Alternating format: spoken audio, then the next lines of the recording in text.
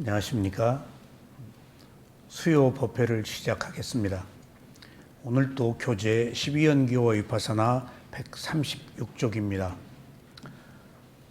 저희는 지금 12연기와 위파사나를 함께 엮어서 공부를 하고 있습니다. 12연기 따로 위파사나 따로입니다. 12연기하고 위파사나는 조금 그 구별이 됩니다. 부처님의 가르침은 제일 먼저 12연기로 출발합니다. 모든 역대 붓다들이 25분이셨는데 하나같이 제일 먼저 죽음 직전에 이르러서 왜 죽는가를 생각했습니다. 그랬더니 태어났으니까 죽는다는 사실을 알았어요. 거기서 이미 상당 부분 의문이 풀렸어요. 죽음에 대한 두려움과 공포가 있잖아요. 그러니까 태어나는 것을 원인으로 죽는다는 결과가 있다는 것을 알았어요. 그런데 원인과 결과를 받아들이면은 태어남과 죽음을 자연스럽게 받아들이지만은 우리는 원인을 안 받아들이고 결과에만 매몰되니까 태어나서 죽는 것에 관해서 마음이 허락하지를 않는다고요.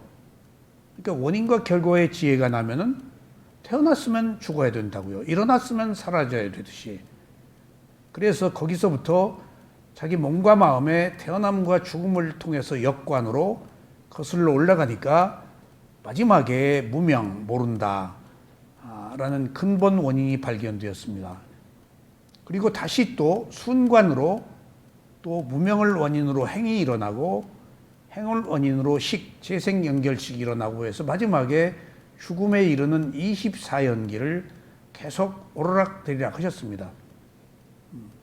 여기서 붓다가 인류사에 처음으로 12연기의 원인과 결과를 발견하셨고 한 인간의 삶이 몸과 마음에서 일어난 것은 몸과 마음에 답이 있다는 사실을 알았습니다.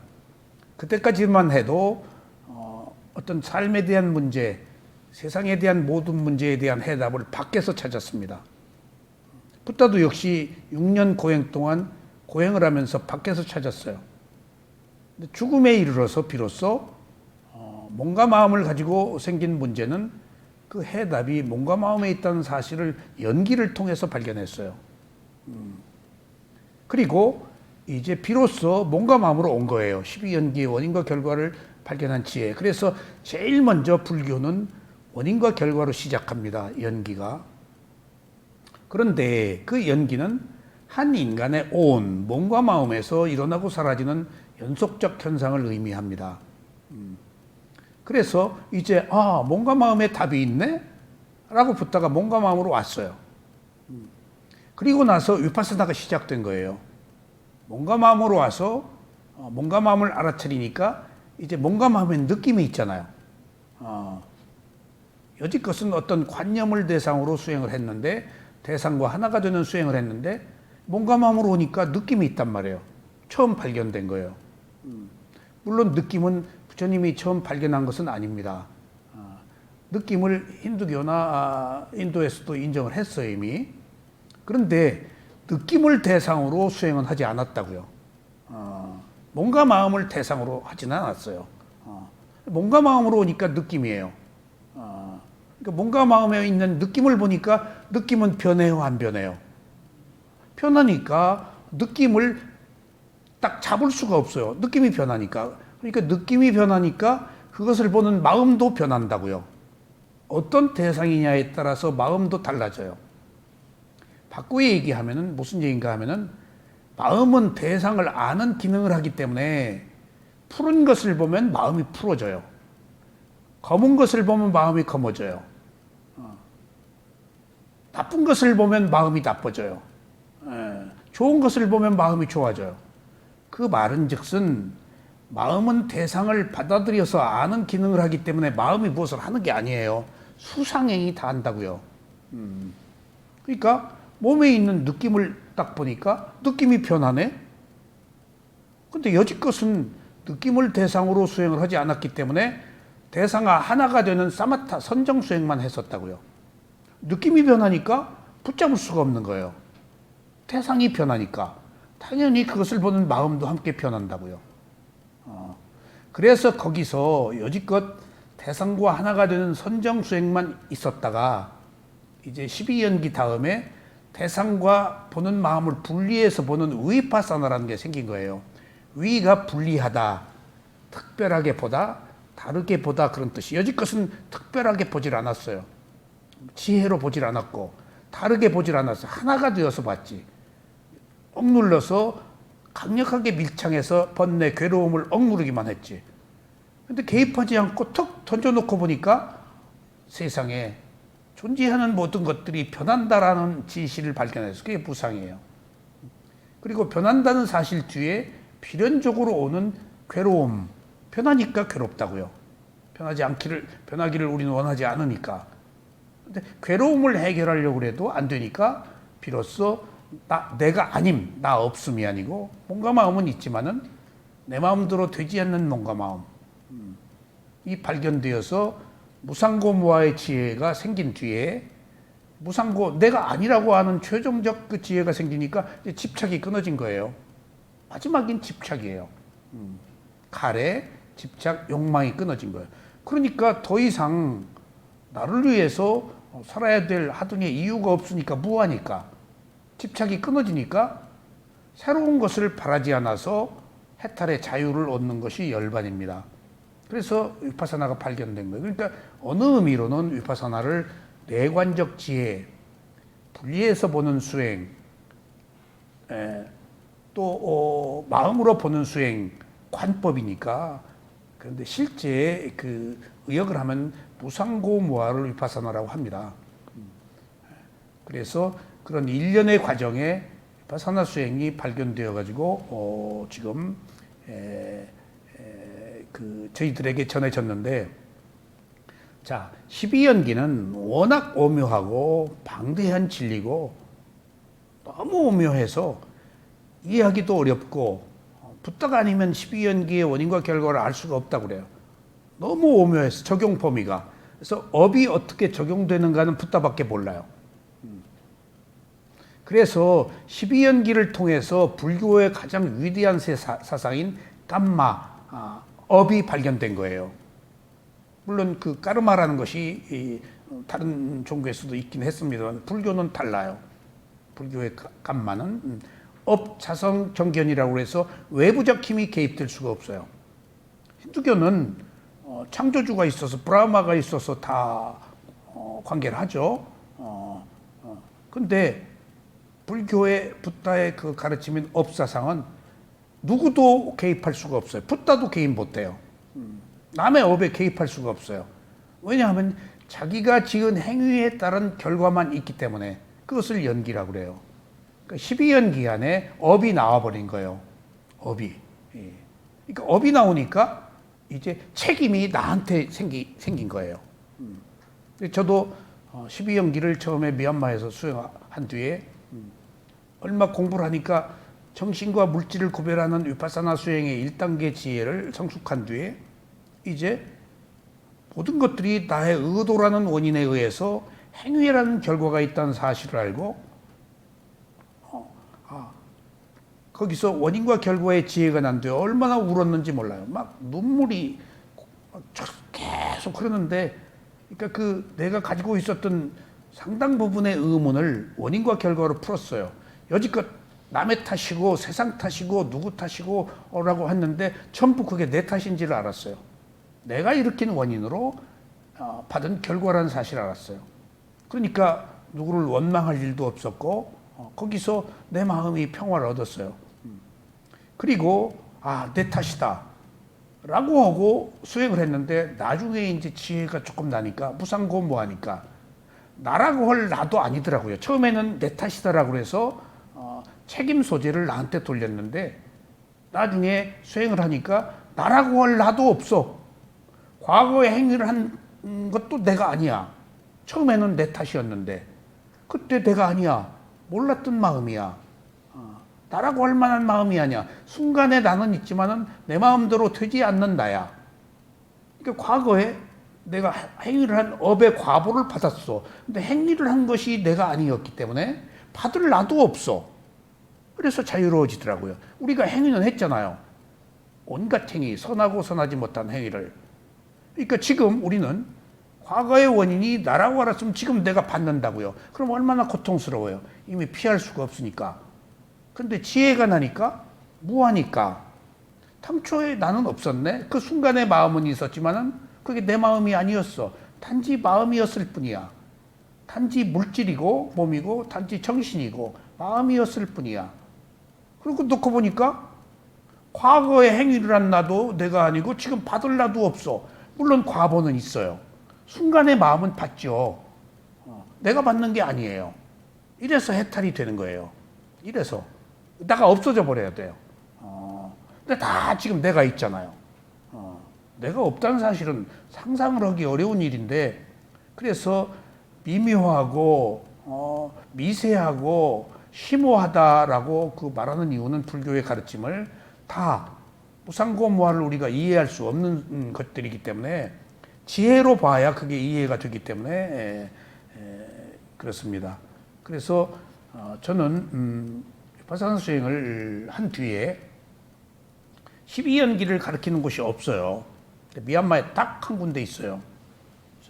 저 모곡사에도의 그 제자이신 우소바노 사에도한테 비파사나 다 한 뒤에 인연이 닿아서 먼저 12연기를 해야 돼요. 반드시 12연기의 원인과 결과를 이해하지 못하면 위파사나가 성립될 수가 없어요. 의문이 풀어져야 돼요. 의문을 가지고 수행하면은 무상을 못 봐요. 원인과 결과라는 의문을 풀어야 비로소 사물의 이치가 보여요. 이거 봐라.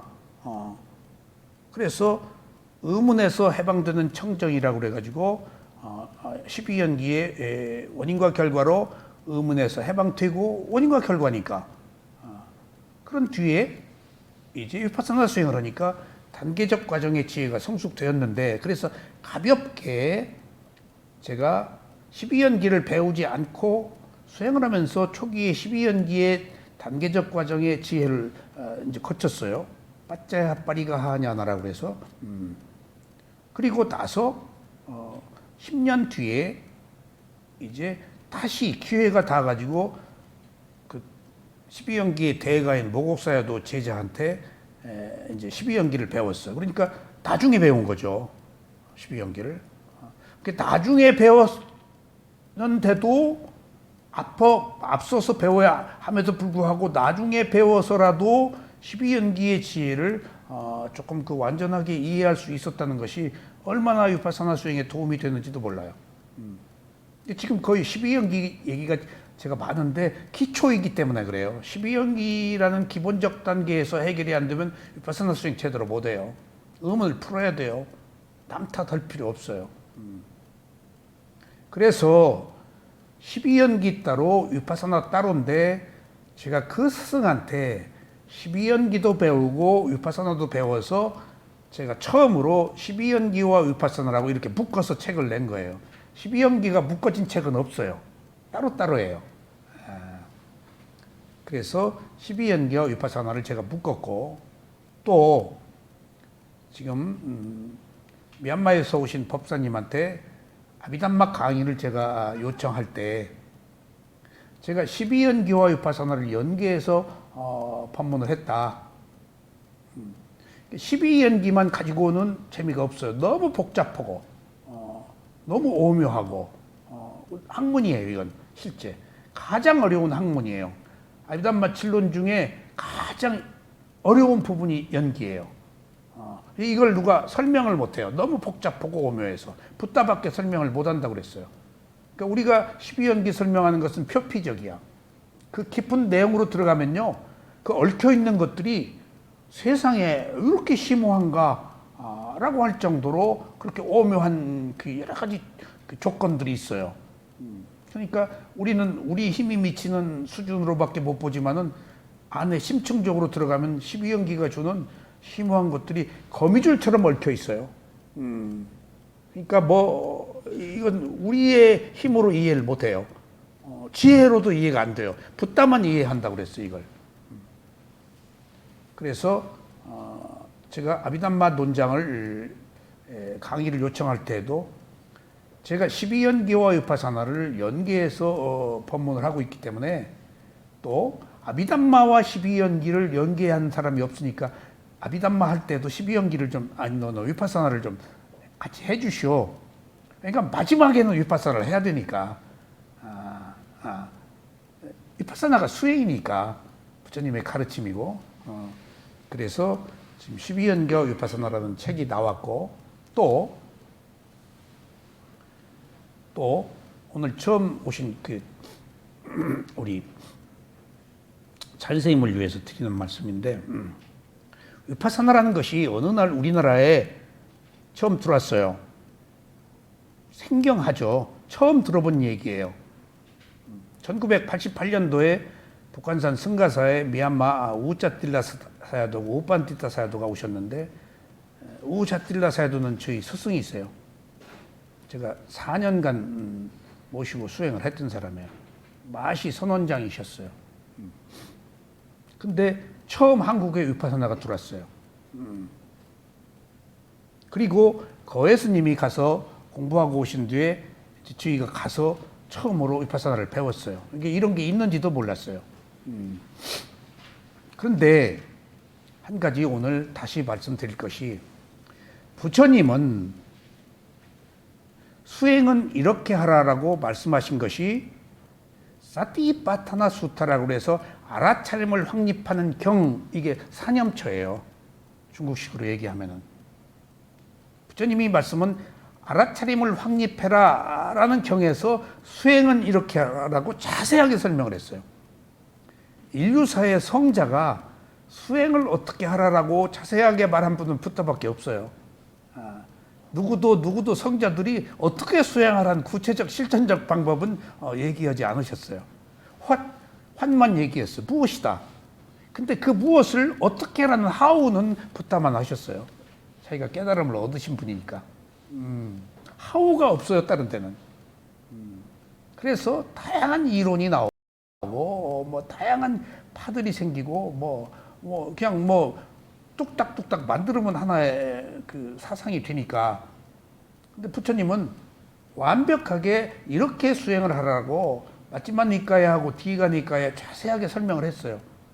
그것이 4가지 대상을 알아차려라 해서 그게 몸과 마음이에요. 근데 거기다가 느낌과 법을 2개를 넣어서 신수신법 사념처라고 그랬어요. 자, 그러면은 오늘 위파사나 얘기를 잠깐 말씀드리려고. 위파사나라는 얘기 안 하셨어요. 그리고 이 세상의 수행은 2가지밖에 없어요. 선정 수행과 위파사나 수행. 사마타 수행과 위파사나예요. 그러니까 지관이라고 그러는데, 지는 멈춤, 선정, 억누르는 것. 관은 마음으로 본다, 지혜.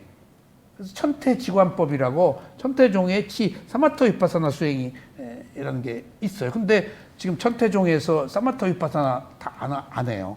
예. 제가 그쪽에 자료 좀 있는가 보라 그랬더니 없다고 그러더라고. 그 아미탑을 우리는 저 암송한다고 그러더라고. 그러니까 이미 중국에서 올 때는 지관이니까 사마타 위파사나가 있었다고요. 그런데 지금 제가 여기서 말씀드리는 것은, 부처님이 수행은 이렇게 말하라고 한 사티파타나 수타라는 대념처경에 사마타 위파사나란 말을 한마디도 안 하셨어요. 그러니까 수행은 사마타로도 할 수 있고 위파사나로도 할 수 있어요. 스승에 따라서. 그런데 사티파타나 수타의 사념처를 다 보니까 거의 위파사나예요. 근데 위파사나란 말은 없어요. 근데 아나빠나사티다, 부정관이다 하는 한두 가지는 그 사념처 중에서 사마타 선정에 속해요. 들숨 날숨, 아나빠나 들숨 날숨, 그건 사마타예요. 근데 이 아나빠나 들숨과 날숨도 사마타로도 할 수도 있고 위파사나로도 할 수 있어요. 니미타 표상으로 딱 그 대상과 깊게 집중하면 사마타인데, 들어갈 때 차가운 바람, 나올 때 따뜻한 바람, 바람의 강도, 그걸로 가면 위파사나로 바뀌어버려요. 근데 이것을 누가 설명해주는 않아요. 그런데 자 보세요. 경전에 그랬다고 해서 위파사나란 말이 없는 건 아니, 있어요. 근데 많이 나오진 않아요. 한두 마디, 몇 마디 나와요. 근데 부처님은 당초에 사마타와 위파사나를 구별하지 않으셨다. 그 이야기는 사마타 하다가 위파사나로, 위파사나 하다가 사마타로 왔다 갔다 할 수 있어요. 사마타는 강력하게 억누르는 거야. 막 연불 외우고 주문 외우고, 위파사나 오른발 왼발 일어난까지 뭐 명칭 붙이는 것도 일종의 사마타예요. 명칭이니까. 그래서 부처님은 사마타와 위파사나를 특별하게 구별하지 않으셨는데, 이제 구체적으로 구별이 된 것이 붓다고사의 청정도론 추석서에는 조금 구별이 돼요. 그런데 지금 부처님의 가르침이 2500년 만에 지금 위파사나가 처음 들어왔는데, 위파사나다 사마타다라고 그렇게 확연하게 구별되어서 우리들에게 전해진 이유가 있어요. 그 이유는 당초에 부처님 수행은 이렇게 하라라고 말씀하신 대념척에는 사마타란 이야기, 위파사나 이야기가 없어요. 그 수행 안에 그냥 이것은 보면 사마타야, 이것은 위파사나야. 그러니까 스승에 따라서 사마타로도 할 수도 있고 위파사나로 할 수도 있어. 대념척형 그 4가지 염초의 수행 방법이 굉장히 많아요. 그걸 다 못해요. 근기에 따라서, 스승에 따라 선택하는 거예요. 물론 4가지 조건들이 다 합쳐져야 수행이 되지만은, 가령 신념처만 한다, 수념처만 한다, 심념처만 한다, 법념처만 한다 라고 했을 때에는 그 대상들이 굉장히 많아요. 사람들이 많으니까. 근데 그런 그 총론은 같지만은 강론은 달라요. 근데 그 강론은 부처님이 구별 잘 안 하시고 총론만 얘기하고, 그것은 직접 수행을 배우는 사람한테 배우면 돼요. 세부적인 수행 방법은 다 알 필요도 없고 다 알 수도 없으니까 뭐로 그 수많은 수행들을 다 해요? 하나도 하기 어려운데. 실제로 저도 순수 위파사나를 하면서 그 자비관이나 이런 걸 그 주위에 좀 섞는 사람도 있습니다. 이 위파사나 하면서 뭐 딴 것도 섞고. 근데 저는 안 섞어요. 왜? 위파사나 하나 하기도 힘들어요. 그리고 제가 배운 게 순수 위파사나 이거 하나기 때문에 저는 전통적인 부처님의 가르침에서 한 발도 안 벗어나려고, 순수성을 유지하려고 제가 배운 거 외에 뭘 안 붙여요. 정말입니다. 이제 그런 의미에서 제가 드리는 말씀은, 마시 사야도가 사마타와 위파사나에서 사마타를 하지 않고 순수 위파사나를 하신 분이세요. 근데 미얀마의 70% 이상이 마시 제자들이에요. 그러니까 국가적인 차원에서 육자 경전 결집을 주도하시고 대스승이세요. 뛰어난. 그러니까 그 미얀마가 독립을 하고 200만 파운드를 들여서 이제 경전 결집을 했는데, 영국 돈으로 대단히 부강한 나라예요. 스리랑카는 돈 없어서 그렇게 경전 결집 못해요. 돈이 많이 들거든요. 뭐 거대한 행사를 한두 달 하는 게 아니고 1, 2년 막 하니까 온갖 그 학자들, 온갖 그 국가적 행사예요. 영화 하나 찍으려고 해도 뭐 몇천억 드는데. 그런데 그 중에 불교 사회주의 국가를 건설하려고 독립하고 전국을 돌아다녀서 훌륭한 스승을 찾았는데, 젊은 스승이 시골에 있는 거예요. 그러니까 가서 이렇게 법거량하고 저걸 해보니까 뛰어난 거야. 수행과 교학이. 그래서 그분을 양곤에 모셔다가 마하시 메디테이션 센터를 만들어가지고 전 국민에게 위파사나를 보급한 거예요. 저도 그래서 마하시 간 거예요. 자기 국민들 몇백 명씩 계속해서 그 온 급비구들을 가지고 위파사나를 보급했어요. 제가자들. 새마을 운동하듯이 그렇게 전국적으로 국가 지원하에, 그리고 그 부자들이 불교 그 사사나 액타를 만들어 가지고 그 후원을 그렇게 하고, 이제 그 미얀마 재벌들이 미얀마 재벌들이 옛날엔 대단했어요. 보석, 땅콩, 뭐 티크나무, 그 다음에 산모작 하기 때문에 동남아시아 제일 부국이에요. 그러니까 모셔다가 이제 순수 위파사나를 가르치기 시작하니까 이제 사마타 위파사나라는 것이 마하시 사야도에 의해서 위파사나가 이제 드러난 거예요. 그러니까 위파사나 하기 시작한 거예요. 사마타 위파사나를 다 섞어서 해요. 어딘지. 마하시 사야도만 순수 위파사나를 하세요. 그러니까 뭐 술육이다, 모곡이다, 뭐 파옥이다 다 아마 이렇게 그 부처님 경전에 있는 내용. 근데 마하시 사야도는 자기 스승이 순수 위파사나를 하신 분이세요. 사마타를 안 하고. 그러니까 이제 그 스승에 의해서 보급이 된 거예요. 그러니까 사마타가 아닌 위파사나가 이제 이렇게 크로스업이 된 거예요. 그러니까 지금 사념처 수행이다라고 하면 사마타 위파사나가 다 포함되어 있었을 텐데 사념처 수행 중에서 사마타가 아닌 위파사나만 얘기하니까 위파사나라고 말이 이제 나오기 시작한 거예요.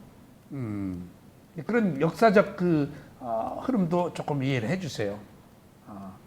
그렇다고 해서 지금 순수 위파사나라고 해서 꼭 순수 위파사나만 하느냐? 또 명칭을 붙이기 때문에 조금 섞긴 합니다. 그러니까 수행 방법이 부처님은 당초에 선정 수행과 위파사나 수행이 포함되어 있었다.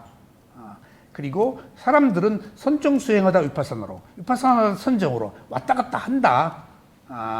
그렇게 그게 중요한 게 아니다. 스승들이 왔다 갔다 하는.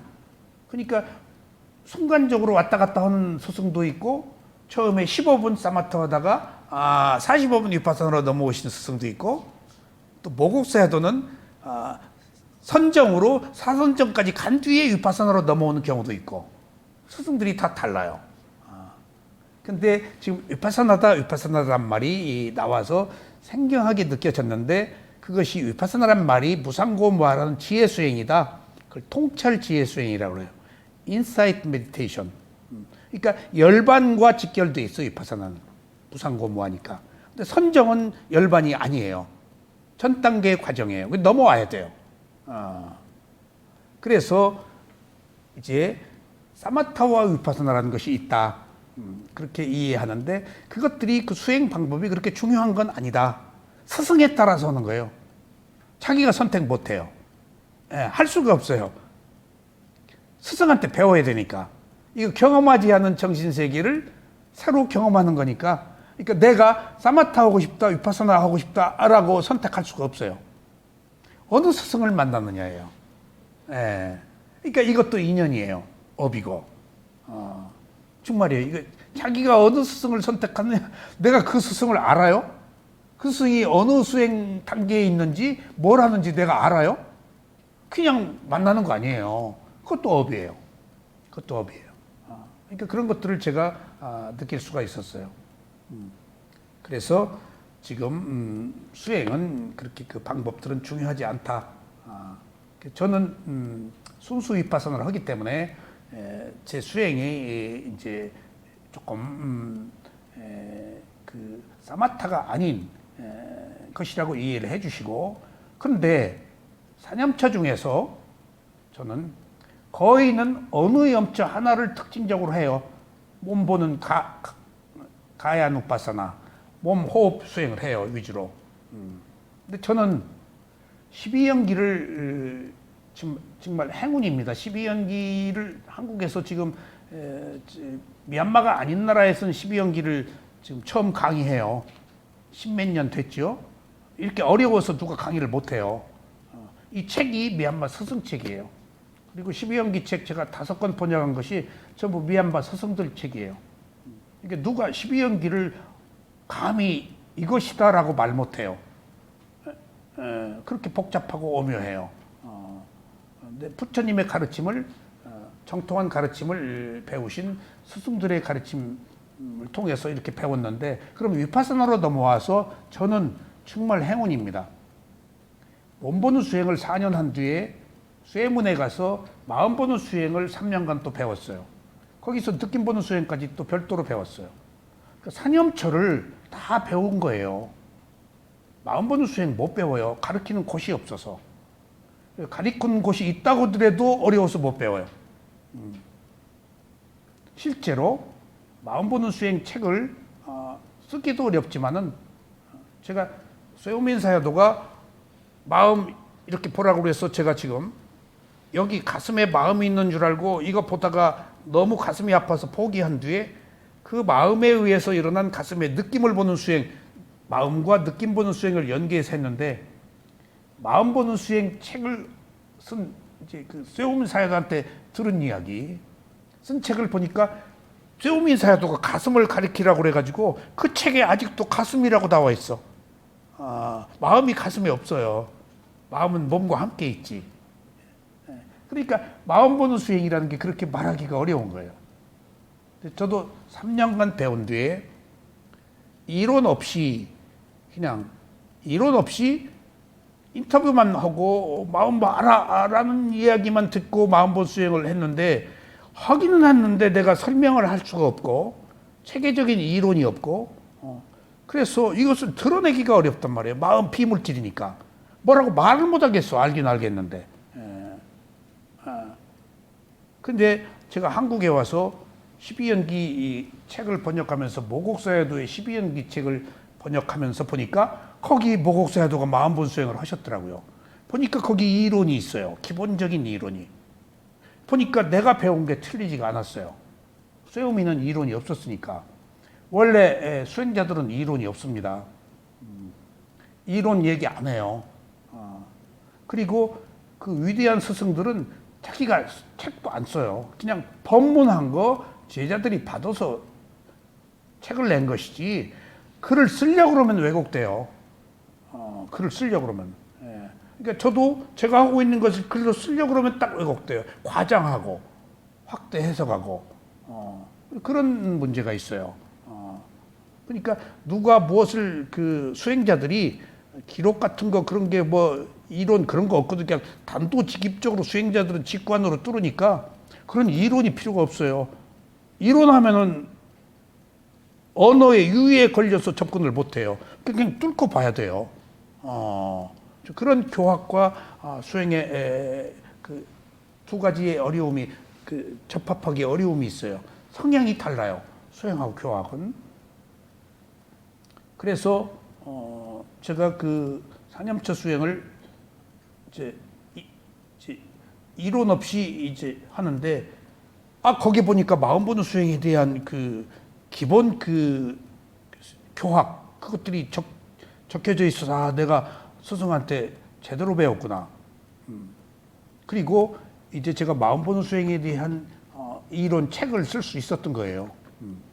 그런 것처럼 교학의 부분, 수행의 부분이 서로 일치하기가 어렵다는 점, 그것을 먼저 조금 이해를 해주시고, 근데 마지막에는 수행을 하지 않으면 안 되기 때문에 제가 12연기에다가 유파사나를 지금 곁들여서 지금 한 겁니다. 자, 그럼 오늘은 이제 그렇게 이해를 해 주십시오. 자, 오늘은 12연기가 어디서 돌고 있느냐?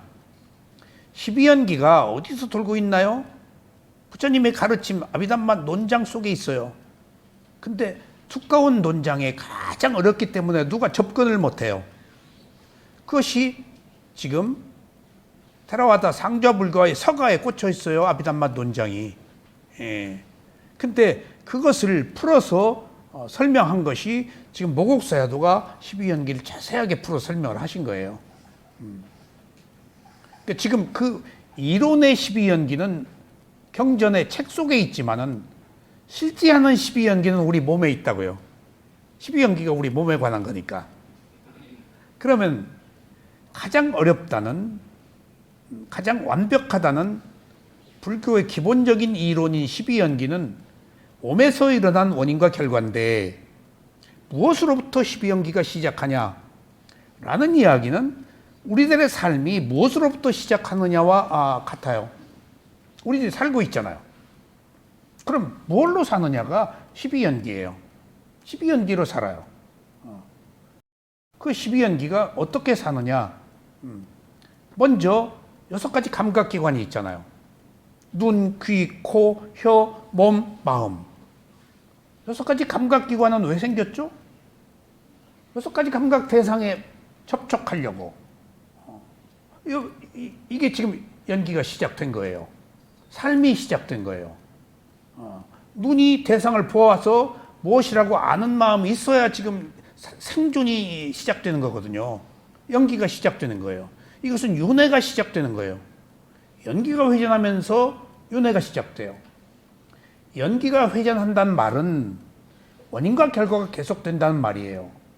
눈이 대상을 보고 무엇이라고 알고 거기까지는 업의 과보예요. 원인과 결과로 진행돼요. 근데 눈이 대상을 보고 느낌이 분명히 일어나죠. 눈이 대상을 보고 아는 마음과 느낌이 일어나요. 여기까지는 업의 과보라서 내가 거부할 수가 없어요. 업에 의해서 주어진 조건을 받아들여야 돼요. 근데 눈이 대상을 보고 알았어, 좋았어, 좋아 죽겠네 하면은 업의 과보를 벗어난 내가 새로운 연기를 만든 거예요. 원인과 결과가 그런 거예요. 연기가 눈이 대상을 보고 좋았어 까지가 원인과 결과야. 그럼 받아놓은 거야, 지금 과거로부터 비롯된 것을. 근데 보고 우리가 좋았어, 그러니까 좋은데 좋아 죽겠네, 싫어 죽겠네라고 거기서 반응을 해버리잖아요. 그럼 거기서 연기가 회전해버린 거예요. 연기가 회전한 거예요, 지금. 원인과 결과로 봤어, 좋았어. 근데 내가 또 다시 좋아해. 그럼 새로운 원인이 생겨. 그래가지고 그 과보를 받아. 그러니까 새로운 원인이 생겨서 또 새로운 결과가 생기는 것을 연기의 회전이라고 그러고 윤회라고 그래요. 이 순간에 윤회가 돌려요. 연기하고 윤회하고 같이 가요. 그러니까 지금 지난 시간에 말씀드렸죠. 우리가 살고 있는 것은 세 가지다. 먼저 접촉한다고 그랬어요. 차 박사님, 접촉한다고 그랬죠? 부딪혀. 먼저 접촉이 일어나요. 눈이, 귀가, 코가. 근데 접촉한지 모르잖아요, 지금. 무조건적으로 보잖아요. 접촉을 몰라요, 접촉하는지. 근데 부처님은 풀어서 접촉한다라고 알려고 그랬어요. 알아야 뭔가 제어가 되지. 모르니까 그냥 반사적으로, 습관적으로 좋다, 싫다 한단 말이에요. 그러니까 본다, 지금 보고 있다. 눈이 대상을. 알아라, 이거 먼저. 그 다음에 좋다, 싫다가 느낌이 나오잖아요. 접촉이 두 번 일어나요. 눈이 대상과 그래서 아는 마음과 접촉했어. 그러면 저 두 번 접촉하가 눈이 대상과 한 번 접촉했지. 눈과 대상이 아는 마음과 접촉했지. 두 번 접촉했네. 그럼 아는 마음이 생겼어. 그러니까 아는 마음이 뭐야? 느낌이다고요. 좋다 싫다가 무조건 오도록 돼 있어요. 무조건. 예? 그러니까 접촉을 통해서 느낌이 일어난까지는 지금 우리 의지대로 된다고 그랬어요, 안 된다고 그랬어요? 업의 과보라서 안 돼요. 이미 받아놓은 밥상이에요. 내가 거역할 수가 없어요. 보고 좋다 싫다 하는 감정을 거부할 수가 없어요. 자동적으로 좋아하고 싫어하도록 돼 있어요. 느낌이니까. 느낌이니까. 거기까지는 내 의도가 아니야. 이미 과거 원인으로부터 생긴 결과야. 그런데 문제는 지난 시간에 말씀드렸죠. 우리가 업이라는 것이 과거에 형성된 업이 있고 지금 생성하는 업 두 가지로 나눠야 돼요. 형성된 업은 과거예요. 지금 12연기를 두 부분으로 나눠야 돼요. 과거와 현재로. 과거는 무명을 원인으로 행이 있다라고 할 때 행은 형성된 거야. 행이 바로 업이에요. 형성했잖아요. 이미 과거에. 그걸로 인해서 내가 지금 받은 거예요. 몸과 마음이. 이거 못 바꾸잖아요. 형성된 건. 거기까지는 내 영역이 아니에요, 지금. 과거로부터, 원인으로부터 내려온 거니까. 근데 지금 내가 좋았어, 좋아 죽겠네라고 새로운 원인을 일으키고 그 결과를 받는 것은 새로 생성하는 거야. 과거 부분은 어쩔 수 없는 게 돼도 지금 내가 생성하는 것은 내 책임이야, 이제. 예. 지금 이전은 내 책임이라 할 수가 없어. 지금 이전의 책임이야. 지금 내가 선택은 지금 이 순간의 마음이 책임져야 돼. 그것을 하느냐 안 하느냐가 수행이에요. 지금 부처님의 가르침이에요. 과거는 어쩔 수 없다. 지금 내가 무엇을 새로 하느냐, 그게 수행이에요. 좋아하고 싫어하지 말아라. 또 기존에 좋아하고 싫어할 수밖에 없었는 것은 어쩔 수 없어. 이미 내가 만들어 놓은 거. 근데 내가 지금 좋아하고 싫어하는 거에서 반응을 해.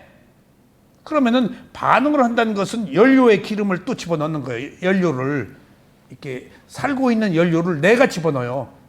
과거의 원인으로 현재 온 결과는 이미 연료가 떨어질 때 그럼 내가 좋아하고 싫어하는 것으로 연료를 새로 일으켜서 새로 연기를 회전시켜. 그러니까 세 가지라고 그랬죠. 접촉한다, 느낀다, 지난 시간에. 두 가지는 어쩔 수 없다. 선택 사양이다. 근데 지금 내가 그것을 좋아하느냐 싫어하느냐는 것은 내 의지다. 지금 이 부분에서 우리가 수행을 하는 거예요. 지금 새로 반응하지 말자. 그래서 접촉과 느낌이 일어났을 때 내가 반응을 하느냐 안 하느냐인데 부처님은 반응을 안 하는 분이 돼버렸어요. 아라하니. 왜? 무상고부화를 알았기 때문에.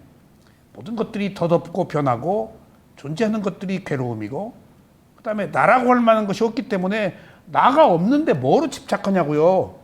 지금 내 재산, 내 지위, 내 새끼, 내 남편, 내 명예가 아닌데 순간 그것을 단지 경험했을 뿐인데 우리는 나의 것이라고 내가 소유할 수 있다고 내 마음대로 할 수 있다고 착각하고 있잖아요.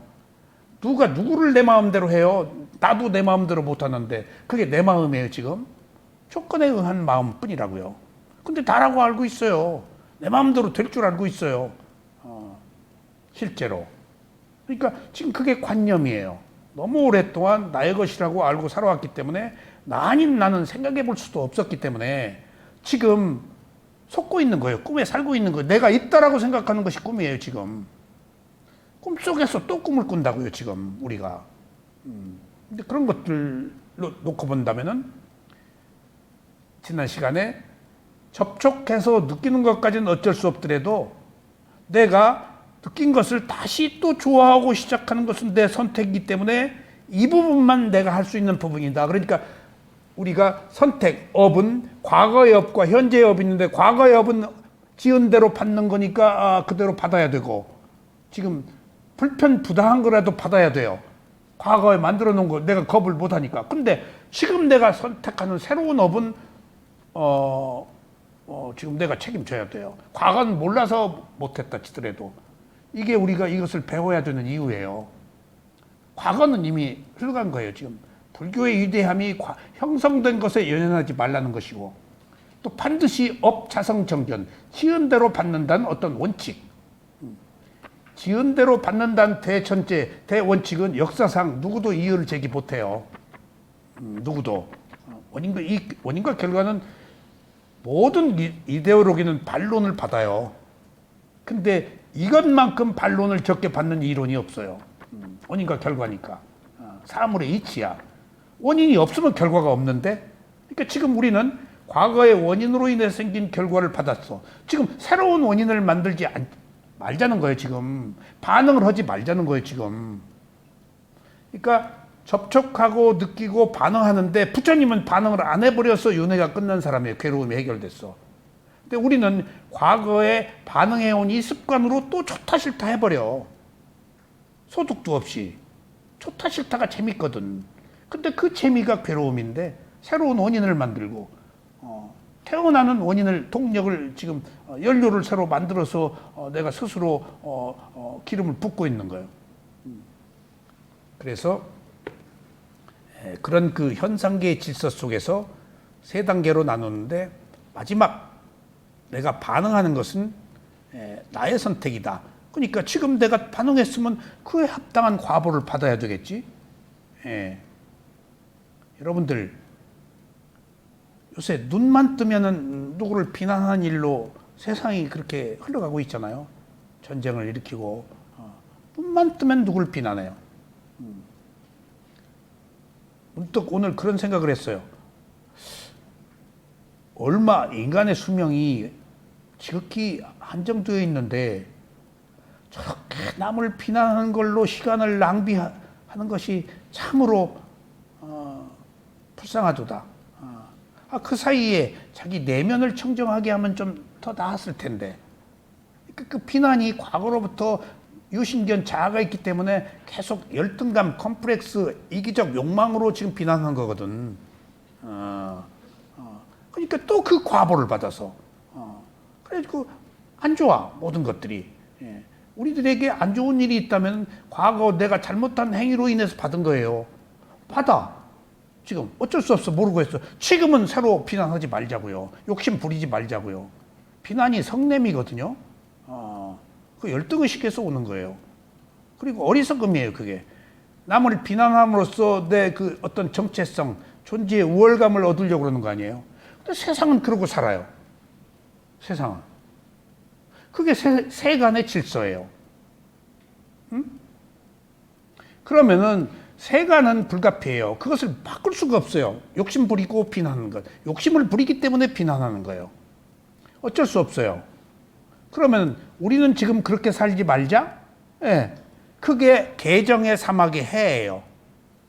그래서 다른 시각으로 보면은 개정해 8정도가 있는데 사성제 중에서 도성제가 개정해인데 이 세상에서 일어나고 있는 모든 일들은 옳건 그르건 다 정의 세계에서 일어나고 있어요. 개정해. 그 정에는 사마타가 있어. 선정, 수행. 거기는 내가 있어요. 거기 신이 있어요. 거기 원인과 결과가 있어요. 거기 사랑, 애증, 간음, 도둑질, 오개가 거기 다 있고, 오개 반대되는 게 다 있어요. 그러니까 세간의 질서예요, 그 정은. 제가 엊그제 또 공부하면서 인간이 깨달음을 얻는데 가장 그 핵심적인 지혜는 무상고무하거든요. 무상고무하는 욕망의 거친 물살, 욕망으로 흘러가고 있잖아요. 욕망의 거친 물살을 거슬러 가는 지혜예요. 거슬러 가야, 욕망의 거친 물살을 거슬러 가야 욕망이 끊어져서 태어남이 없는 해탈의 자유를 느껴요. 욕망의 노예 같으면 안 돼요. 부처님은 욕망의 거친 물살을 난 거슬러 갔다 그랬어요. 폭류를. 힘든 거예요. 그래서 거슬러 가는 삶과 흘러가는 삶 두 가지가 있는데 부처님은 거슬러 가는 삶을 했어요. 연어가 아르다큐에서 태평양으로 와가지고 거친 물살을 거슬러 올라가서 알 낳고 죽잖아요. 거슬러 가서 자기가 소망하는 것을 부처는 이루었다고요. 근데 거의 모든 사람들은 욕망의 물살로 흘러가고 있는 거예요, 지금. 그러니까 또 윤회를 한다고요. 자, 욕망의 거친 물살을 거슬러 가서 얻은 것이 무상고부화예요. 그러면 욕망의 거친 물살을 거슬러 가지 않고 함께 흘러가는 것은 뭘까요? 무상고무화가 반대가 되는 게 상락아정이에요. 상락아정. 즐겁다, 내가 있다, 항상 하다, 그 다음에 깨끗하다, 더러움도 깨끗하게 보는 거예요, 지금. 그러니까 상락아정 때문에 즐거움 때문에 흘러가는 거예요. 이게 우리 그 심성의 바자, 상락아정이. 근데 욕망의 거친 물살은 무상고무화라는 것은 별 탐탁하지 않은 거야. 재미없고 맛없는 거야. 두려움, 공포, 불안 그거 자체야. 함에도 불구하고 그게 지혜이기 때문에 최종적인 어떤 질서를 찾는 거예요. 지금 세간적 출세간의 질서를. 자, 그런 의미에서 자 보세요. 세간의 흐름으로 가는 상락아정과 세간의 흐름을 거슬러 올라가는 무상고 두 가지가 대치되어 있네. 그러면 우리는 무상고무화 입장에서 상락아정을 어떻게 봐야 될까? 잘못된 걸로 봐야 될까? 어떻게 봐야 될까?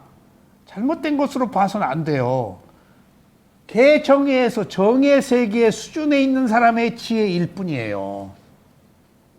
우리는 흑백 논리로 나가면 안 돼요, 이게. 제가 지금 여기서 말하는 것은 지금 이 세상에서 불편부당한 거, 아까 누구를 비난하는 것은 어디에서 있는 진리죠? 비난도 그게 현실적으로 있다면 세간적 진리입니다. 누굴 비난하고 욕심부리고 살인하고 간음하고 하는 모든 것들이 지금 어디에서 이루어지고 있잖아요. 현실적으로 지금 여기 있어요. 있는 것은 진리예요. 세간적 진리예요. 그 갖다붙다 못하면 그게 여기 있는데 지금 없앨 수 있나요? 못 없애요. 그 거대한 흐름으로 살아왔고 그것밖에 안 하고 살아왔는데 어떻게 느닷없이 없애요? 그 힘으로 살아왔는데 그거 놔둬야 돼요. 없앨 수 없는 것은 진리예요. 단지 세간적 진리예요. 그렇게 놓고 본다면은 그렇게 놓고 본다면은 상락아정이 누굴 비난하고 욕하고 이기적 욕망을 부리는 것이 어느 세계의 지금 남마 법이냐고요. 개정의 세계예요. 그러면은 정의 세계는 상락아정으로 흘러가 아직 무상고무화 지혜가 없기 때문에 그러면 수행을 해서 무상고무화 지혜를 얻으면 정의 세계에서 개정의 해 세계로 간다고요. 그래서 고진멸도 사성제 중에서 팔정도라는 것이 부처님의 가장 심오한 가르침인데 거기에는 세간적 진리와 출세간적 진리 두 개의 세계가 있다. 두 개의 세계가 없애야 될 세계가 아니고 함께 공존하는 세계다가 부처님의 이론이에요. 없앨 수 없다. 단지 온갖 마음을 있는 그대로 알아차려서 기회가 있는 사람은 해로 넘어와라. 라는 것을 줄기차게 얘기해. 무엇을 없애라가 아니에요. 못 없애니까. 누가 어떻게 없어요? 없앨 수 있다면 그건 창조주예요. 창조주가 원래 만들어놨네 악을? 창조주 책임이에요. 창조주 책임이에요. 왜 만들었어? 왜 선악과 따먹으라고 그랬어? 조금 있다 다 할 거 아니야. 하느님이 요놈 조금 있다 따먹지. 꼬임 넘어갔지. 그러면 저기서 천상에서 쫓겨나지. 아니 조금 있다 따먹을 거 알고 너 따먹지 말라고 그랬을까? 그 책임은 누구 책임이야? 이게 이렇게 조금 엉뚱한 논리이긴 합니다만 예를 들자면은 거기에 자의지가 있다라고 우리가 말할 수 있겠지만 원래 그런 것은 없다는 거예요. 자기 선택만 있지. 그리고 어떤 행위를 했으면 합당한 결과를 받는 원인과 결과의 조건들만 있지 그걸 못 벗어난다. 그러니까 지금 여기서 우리가 오늘 이것을 배워야 되는 또 한 번의 이유는 이 세상의 일들에 대해서 시비를 걸리지 마세요. 누가 뭔 짓을 하든지 그 사람 일이에요. 응? 그게 새로운 원인을 만드는 거예요. 나한테 온 것도 받을만 해서 왔다. 올만 해서 왔다. 라고 하면 새로운 원인을 만들 수가 있어요. 중요한 것은 과거에 만들어진 것은 받아들여야 돼요. 원인과 결과 형성된 거니까. 생성하는 것은 내가 선택이에요. 지금 내가 할 수 있는 일은 선택밖에 없어요. 형성된 것은 개인 못해요. 어떻게 해? 만들어졌는데 어떻게 하냐고. 근데 지금 새로 만드는 것은 내가 할 수 있잖아. 이게 오늘 우리가 연기가 주는 지혜예요. 그래서 이제 지난 시간에서 또 한번 136조 다시 복습해요. 자, 지금 이게 재미가 없지만은 재미가 없더라도 우리가 살고 있는 것이 어디서부터 시작되느냐 리얼하게 알아야 돼요. 접촉이 일어날 때 접촉이 일어나는 것부터 보자고요. 접촉, 아는 마음, 그래서 느낌, 반응 여러 단계에서 끊어질 게 많은데 뒤로 가면 끊기가 어려워요. 처음부터 끊을 수 있으면 끊어야 돼. 볼 때 이게 누가 보는가, 뭐가 보는가, 내가 보는가, 감각기관이 보는가, 보여지는가, 내가 보는가 라고 알고 보자는 얘기예요. 접촉할 때. 자, 수행자의 136쪽 수행자의 몸에는 눈이라는 감각기관이 있고 여기에 보이는 대상이 부딪혀서 아는 마음이 생깁니다. 다시 말하자면 물질로서의 안근에 다시 물질로서의 모양이 부딪혀서 정신에 해당하는 아는 마음이 생깁니다. 그래서 눈과 모양이 원인이 되어 결과로서 아는 마음이 있게 됩니다. 이게 원인과 결과예요. 여기에 정신과 물질의 역할이 있는 것입니다. 원인과 결과, 정신과 물질. 근데 보세요. 눈이라는 것을 원인으로 형상이라는 결과가 있죠. 원인과 결과가 생겼네. 다시 또 결과는 원인이 돼요. 눈과 형상을 원인으로 아는 마음이 결과네. 예. 그럼 아는 마음에 좋다 싫다는 느낌이 일어났어. 그러니까 좋다는 느낌을 원인으로 더 좋아 죽겠어 하는 것이 또 원인과 결과야. 자, 그럼 더 좋아 죽겠어를 원인으로 집착을 해. 그것도 원인과 결과야. 집착을 한 것을 원인으로 업을 생성해. 이제 행위를 해. 그것도 원인과 결과야. 또 업을 생성한 것을 원인으로 미래에 태어남이라는 결과가 있어도 원인과 결과야. 또 태어났으니까 태어난 것을 원인으로 죽어야 돼. 그것도 원인과 결과야. 이것들이 지금 연기가 회전한다라는 것들이 원인과 결과가 연속되어서 흐른다라는 것을 바티자 사무파다라고 해서 12연기의 연속적 흐름을 얘기해. 상속, 윤회. 연기는 윤회입니다. 근데 눈이 대상을 보호하고 좋은 느낌이 일어났어. 원인과 결과지? 형성된 것으로 인해 생긴 거야. 근데 이제 보세요. 이제 좋았어. 지금 내가 좋아하고 있네? 라고, 좋아 죽겠네가 아니고 좋아하고 있네 라고 알아차린 순간 새로운 원인이 만들어지지 않아요. 좋아하고 있네 라고 거기서 내가 매듭을 끝낸다고요. 부처님이 바로 삶이에요. 이게 아라한들의 삶이에요. 반응을 안 해요. 농담 같은 이야기인데 사리불존자 탁발 나갈 때 뒤에 있던 사람이 대사리불존자한테 부처님보다 나이가 많고 브라흐마 최고의 산자야 제자인 최고의 지혜 제일인 사리불존자한테 아라한인지 아닌지 보려고 탁 때렸대. 딱 왜 때려? 그럴 줄 알았더니 아무 반응이 없더래. 그래서 저기 가서 아까 때렸는데 왜 반응이 없냐 그때 언제 때렸어? 좋은지 아닌지 하여튼 그러니까 반응을 안 했다는 얘기를 극명하게 드러내는 거예요. 지금 좋다 싫다 그것은 이야기한 사람의 것이야. 내가 느꼈어. 그건 느낌일 뿐이야. 나의 느낌이 아니야. 감각기관이 느낀 거야. 근데 나는 딱 내가 느낀 거잖아요. 내가 그걸 좋아해버리려고 그랬잖아요. 감각기관이 접촉해서 느꼈을 뿐이야. 원인과 결과만 있어. 근데 거기에 딱 내가 들어가면은 이제 키운다고요. 욕망, 가래, 욕망, 집착을 따가붙으니까 그거 괜찮은 거예요. 지금 이게 연기가 주는 의미는. 그러니까 연기가 두 가지 측면에서 꼭 이거 아셔야 돼요. 12가지가 원인과 결과로 진행되죠. 이것은 세속일까요? 출세관일까요? 세속이에요. 12연기의 원인과 결과는 세속이에요. 그럼 지금 세속의 원인과 결과로 흘러가네라고 이치적으로 우리가 보자고요. 이렇게 세속이 원인과 결과로 살고 있구나. 끝없이 되풀이 되는구나. 또 태어나고 죽고 태어나고 죽고. 그러면 이제 부처님은 세속의 12연기만 얘기했어요? 아니면 출세간의 12연기도 얘기했어요? 세속의 12연기를 먼저 이해한 뒤에 부처님의 가르침은 출세간의 12연기를 알자예요. 출세간의 12연기는 무명이 있어서 행이 있다. 그런데 이건 세속의 12연기야. 그럼 출세간의 12연기는 무명이 없으면 행이 없다예요. 좋은 느낌이 일어났어. 좋아 죽겠네 해. 근데 그냥 좋아하고 있네 라고 새로운 원인을 안 만들면 그런 원인으로 말미암아 새로 생긴 결과가 없다는 얘기예요. 지금 내가 괴로움이 왔어. 근데 아이고 나 죽겠네. 내가 왜 이렇게 괴로워야 돼? 라고 하면은 내가 새로운 원인을 만들어서 내가 또 받는 거야. 그러면 또 괴로움이 왔어. 그럼 괴로움이 올만해서 왔네? 라고 그것을 흔쾌하게 받아들이면은 그것으로 인해서 내가 안 괴로워. 올만한 게 왔으니까. 자, 제가 3년 전부터 한 1, 2년, 그러니까 한 1, 2년 전이네요. 1, 2년 전부터 늘 원고를 쓰니까 그리고 좌선을 하면서 앉아야 되잖아요.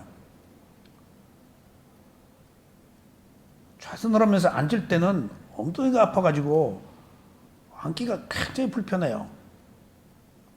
근데 원고를 쓸 때는 방석을 뒤집고 이렇게 해서 원고를 쓸 때는 막 몇 시간이고 2시간이고 막 앉아요. 근데 일어날 수가 없어요. 아파서. 어떻게 아픈지. 근데 나이가 먹으니까 이제 아프면 병원을 가야 되는데 낫겠지. 이러다 말겠지. 누구한테 물어볼까? 나이가 먹어서 생기는 건가? 한테 또 낫겠지. 하고 1, 2년을 그렇게 보냈어요. 일어날 수가 없어요. 아파서 막. 그러다가 너무 힘들어서 병원에 가서 MRI 찍고 뭐하고 별짓을 다 했어요. 그랬더니 협착이래요. 근데 약을 주더라고요. 제가 신장이 안 좋아서 약을 먹다가 방법이 없대. 수술할 정도는 아니래.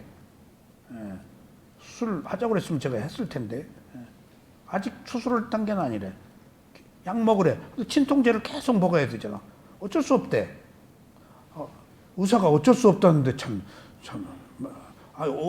현대의학이 어쩔 수가 없다나. 이거 그럴 수도 있나서.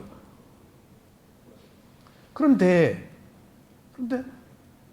그또 낫겠지 하다가 아직 내 협착을 내가 받아들일 준비가 안 돼 있었던 거예요. 엊그제부터 받아들였어요. 내가 딱 어떤 한마디 말에 탁 깨우쳤어요. 한마디 말에 왜 깨우쳤을까? 여지껏 일어날 때 힘들고 내가 왜 이걸 걸려야지? 하고 내가 그 협착이 온 것에 대해서 못 받아들였어요. 내가 만든 원인에 의한 결과인데. 그러니까 불편하게 느꼈어. 그리고 짜증이 나고. 근데 엊그제부로 완전히는 아니지만은 상당 부분 협착에 대해서 내가 새로운 반응을 안 하게 됐어. 선영 씨, 왜 안 했을까? 딱 한마디 때문에 안 했어. 에? 내가 문득 엊그제 딱 일어날 때 이렇게 살아야 돼? 이제 원고도 못 쓰겠네 앞으로. 천근 무게로 막 땡기는데, 그러니까 호흡을 하고 그냥 팍 일어나면 쓱 일어나면 통증이 오래 계속되니까 스프링처럼 팍 일어나려고 딱 이게 잡아야 돼. 그래서 무게를 주는데 팍 일어나고.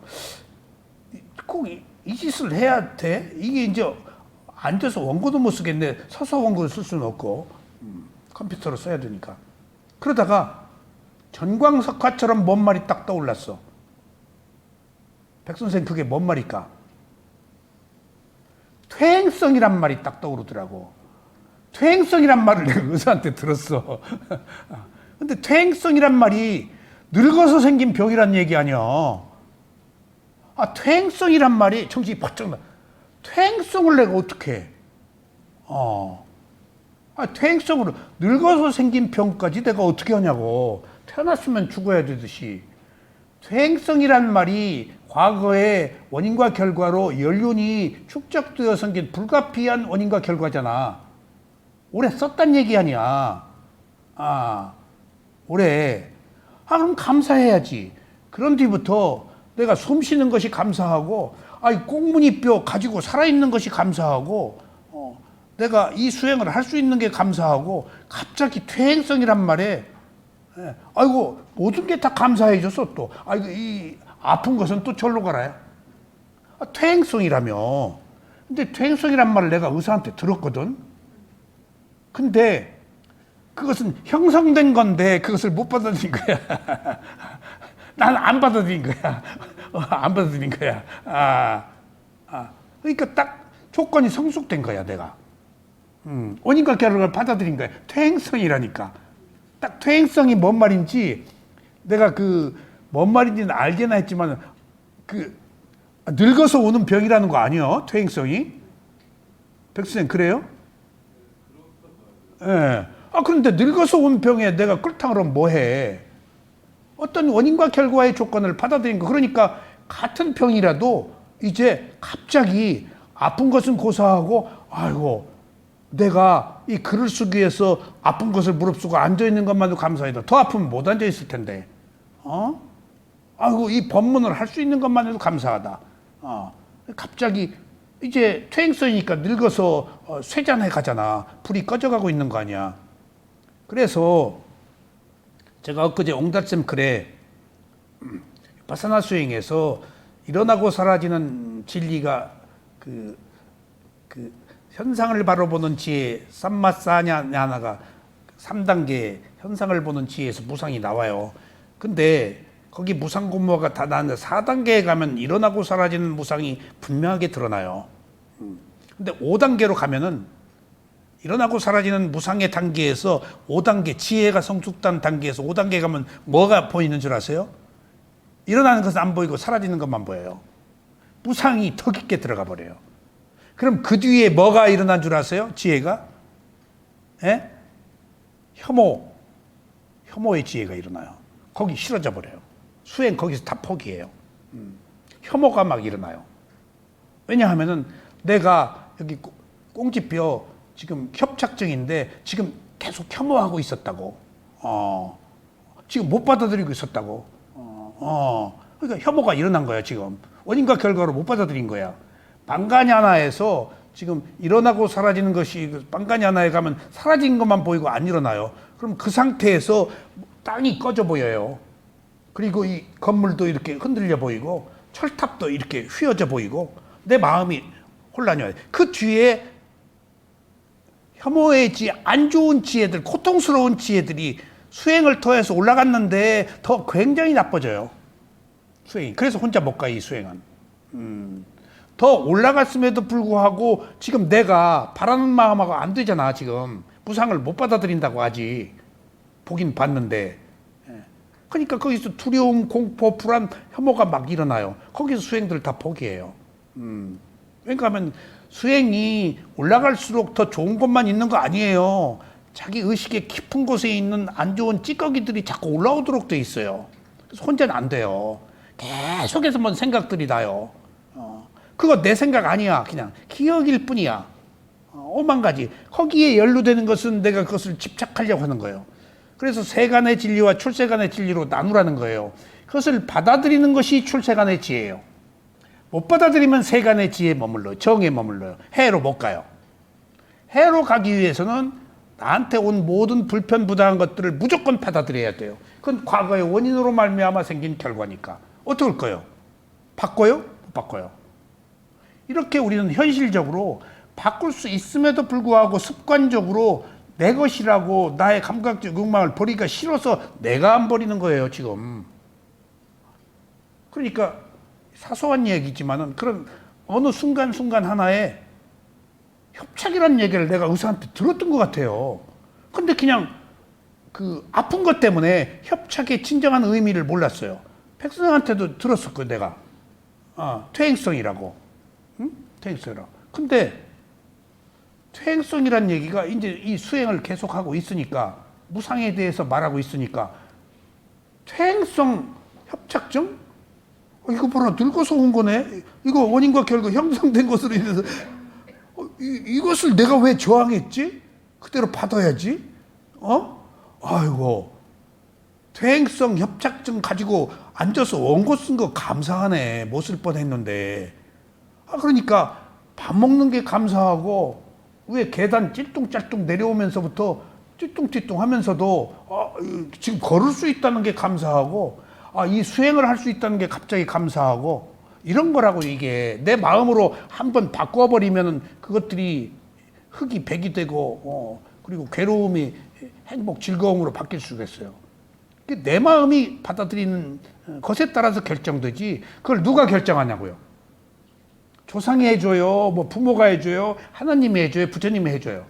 내가 하는 거라고요. 지금 여기서 그런 겁니다. 지금 우리가 보는 것은. 자, 보세요. 눈이 대상을 무엇에 의해서 보죠? 빛에 의해서 보고 무엇이라고 알죠? 우리가 살고 있는 것은 반드시 4단계의 과정을 거쳐요. 여기에 내가 어디 있어요? 눈과 대상과 빛과 아는 마음에 내가 있어요? 조건에 따른 조합이에요. 조합. 접촉만 있어요. 원인과 결과만 있어요. 거기 특정한 거 하나라도 빠지면 보는 게 성립이 안 돼요. 내 몸과 마음이라고 생각하지 마시라고요. 조건들의 결합이에요. 원인과 결과의 결합이에요. 이거 알자는 거예요, 지금. 내가 본다라고 보지 말자는 거예요, 지금. 귀가 소리를 뭐에 의해서? 바람의 방향에 의해서 무슨 소리라고 알죠? 바람이 절로 들어가면 소리 안 들려요. 장벽이 가로막히면 안 들려요. 어떤 공간이 있어서 들리는 거예요. 4가지 조건에 의해서 들리네? 4가지 조건 중에 하나만 빠져도 들을 수가 없잖아요.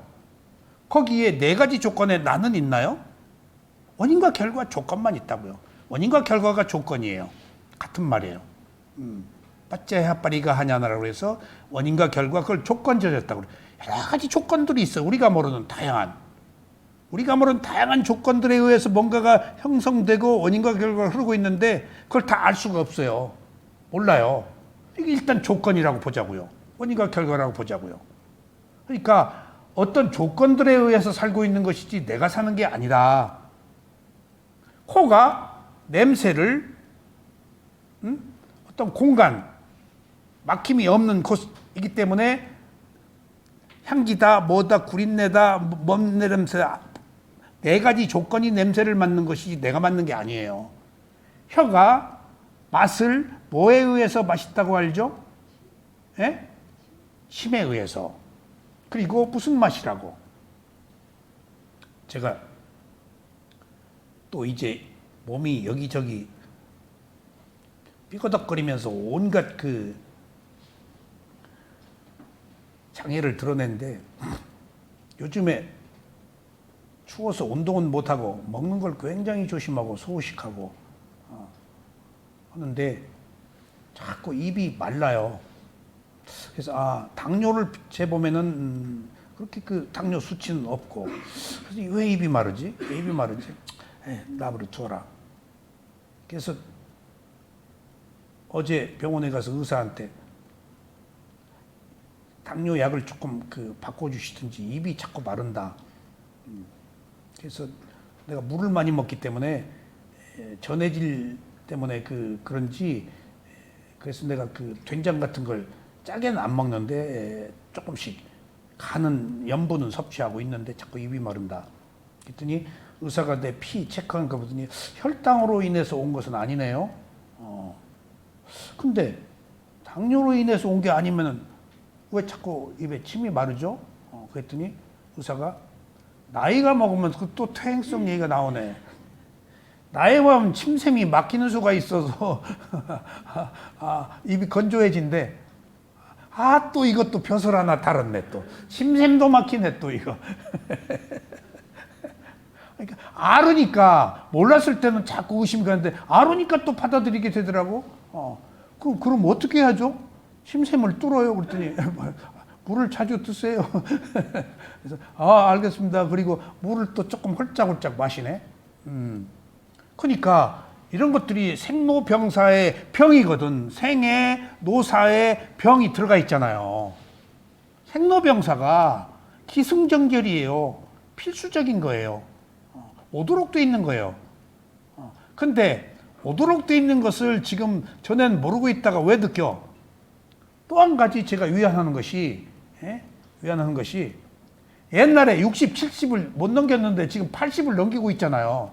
그러니까 그 나이에 오도록 돼 있는 병이 있었는데 옛날에는 빨리 죽어서 없었고 지금은 오래 사니까 생긴 거예요, 지금. 불가피한 일들이라고 이게. 어떤 병이 오든지 겸허하게 받아들이고 함께 가야지 지금 올 것이 온 거야. 그 병은 나를 괴롭히려고 온 게 아니고 그 병을 통해서 내가 준비할 일을 해야지. 집착 끊고 내가 더 할 일을 해야지. 할 일이 남았잖아요, 지금. 지금 욕심 부리고 누구 비난하고 뭐 하는 일로 남은 삶을 지금 살 거예요, 지금? 선한 일도 다 못했는데 할 일이 있잖아요. 수행하고, 정말. 그러니까 지금 병은 시그널이라고요, 지금. 나한테 자각하고 각성하고 이것이 왔으니까 알아서 삶을 대처하라고 온 시그널이라고요. 땀맛 법이에요. 그래서 괴로움이. 그러니까 알맞게 대처하면 되는 거예요. 왜 대처해야 되죠? 다음 생이 있다니까요, 지금. 내가 이 생에서 만들어 놓은 원인으로 다음 생의 결과가 있기 때문에 그러는 거예요, 지금. 내가 끌탕을 하고 안 받아들이고 저항하고 고통을 겪으면은 내가 좋은 원인을 만들지 못해서 지금 이후에 미래에 지금 현재를 원인으로 과거로부터 왔잖아요. 근데 현재 안 좋은 원인만 미래에 그걸 가지고 간다니까?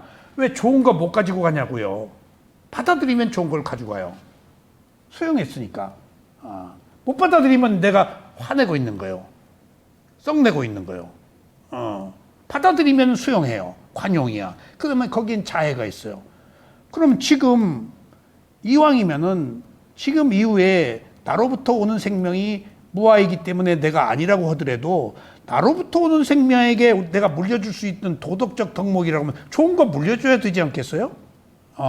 나로부터 오는 다음 생명이라고 한다면은 나는 아니에요. 근데 과연 내가 아니라는 지혜는 아직 없잖아요, 우리가. 네. 그러니까 나로부터 생긴 원인과 결과는 분명하다면은 조금 도덕적으로 좋은 걸 주자 하는 그런 도덕적인 마음이 지혜를 시켜서 현재에도 안 괴롭다고요. 중요한 것은 현재가 안 괴로운 거예요. 그런 마음을 먹을 때 현재가 안 괴로워서 현재가 안 괴로운 결과로 미래가 안 괴로운 거예요. 현재 괴로운 미래 그대로 가요. 그러니까 나한테 온 여러 가지 불편부당한 것, 받아들이기 어려운 것, 그런 것들이 올만해서 온 거라고 받아들이고 그렇네 하면 어떤 현상계의 질서일 뿐이야. 그러니까 그 고통은 오히려 나를 지혜를 나게 해. 고통이 나를 깨어나게 한다고요. 고통스럽지 않으면 나는 개걸스럽게 먹고 감각적 욕망에 취해 있고 힘도 없는데 뭐 아름다운 것을 집착하고.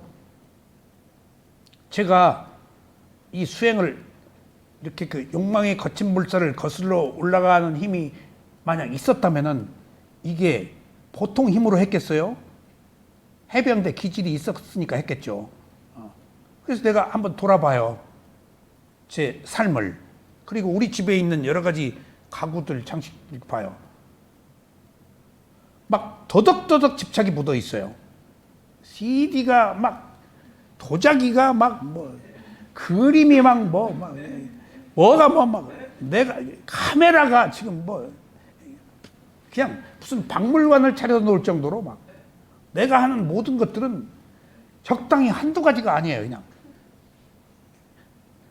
들어설 자리가 없을 정도로 그런 것들이 다. 내 족적을 봐요, 이렇게 이제, 야, 참, 지도기도 모았네.